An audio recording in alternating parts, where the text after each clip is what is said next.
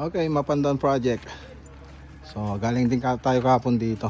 So, ayun pala, may nagtanong pala rito sa project natin dito kung anong kulay ng bahay dito sa labas. So, seal gray ng Davis.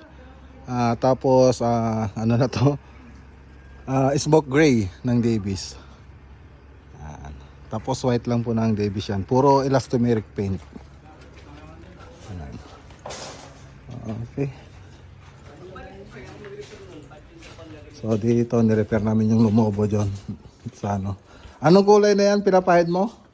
Smoke gray. Oh yan, smoke gray. Smoke gray ng Davis mga boss. Tapos doon sa loob, ano lang yun, white ng Davis. Yung semi-gloss white ng Davis. Yan lang, simple lang yung kulay dito. Tapos yung kisame, flat latex lang po yun ng Davis.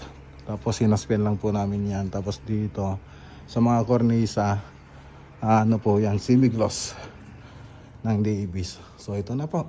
Tapos to yung ginawa natin dito na yung wall accent, tapos yung partition. So may kulang pa po dyan yung TV console. So gagawin pa po nila Badinoli yun, yung TV console. Tapos yung mga ilaw, kompleto na rin. So pinalitan na natin yung mga napunting ilaw. Ngayon meron na naman bago dun, oh. So wala yung kahapon. Yan, nagkumukurap-kurap dun. So sabi ng electrician ko may grounded. So ayan. So napawaranty na po natin yan. Nakailang palit na po tayo. So ayan. Dito tayo.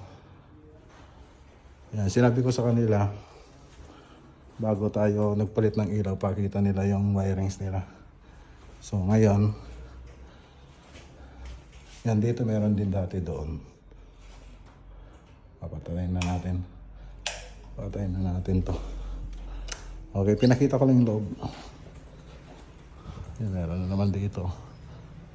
Kumukurap-kurap na naman. Tapos dun sa garahe, pinalitan natin.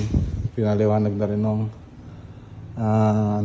pinaliwanag na rin ng electrician ko na may grounded, sabi. Saan na ba yung ano na ito? Seats. Ay lang, di ko alam yung seats na ito. Andito siguro. Yan. Storage po yan.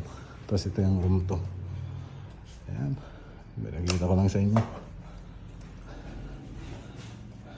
Okay. Tapos dito, nasa yung ayun. Okay. So dito yung may tumutulo. So recommend ko rito